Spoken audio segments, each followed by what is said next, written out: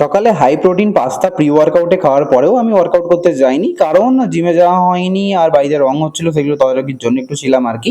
আমার পড়ানোর ঘরটাও রং হচ্ছে, তাই আজকে এখানে পড়াতে পারবো না। লাঞ্চে ছিল মাংস ভাত, সেগুলো খাওয়ার পরে যেহেতু আমি এখানে পড়াতে পারবো না, তাই দাদার ঘরে পড়াচ্ছিলাম। আর সব মিলিয়ে কাজ হচ্ছিল বলেই এইগুলোর এমন অবস্থা।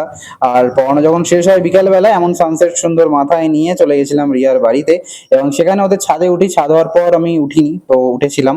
আর এভাবে উঠতে হয় বাঁশের সাহায্যে, সেটা নামতেও একটু অকওয়ার্ড লাগে, বাট নামতে হয়, কিছু করার নেই। এখান থেকে যে উলুবেড়িয়ার উদ্দেশ্যে কিছু রং কেনার আছে, মানে প্রাইমার কেনার আছে, আর কিছু টুকটাক কাজও ছিল। আনপ্ল্যান্ড বলতে ছিল হচ্ছে বাজার কলকাতায় ঢোকা, কারণ সেখানে কিছু শপিং করা ছিল ওনার, আর আমারও ছিল, যেগুলো অনেকটাই হয়ে যায়। আমি শর্টস নিয়ে একটা এটা নিয়ে খুব টাইট হচ্ছিল, এই শর্টসটাও নিয়ে আর আনপ্ল্যান্ড ভাবে এই গেঞ্জিটাও নিয়ে নিই। তারপর এখান থেকে বেরিয়ে ভাবছিলাম যে এত টাকা খরচা করা কি ঠিক হলো? যাই হোক, ঠিক ভুল সব হয়ে তো গেছে। এখান থেকে বাড়িতে এসে রুটি আর সোয়া চাঙ্কের একটা রেসিপি খেয়ে আমি ঘুমিয়ে পড়ি, পরবর্তী খুব তাড়াতাড়ি আসছে।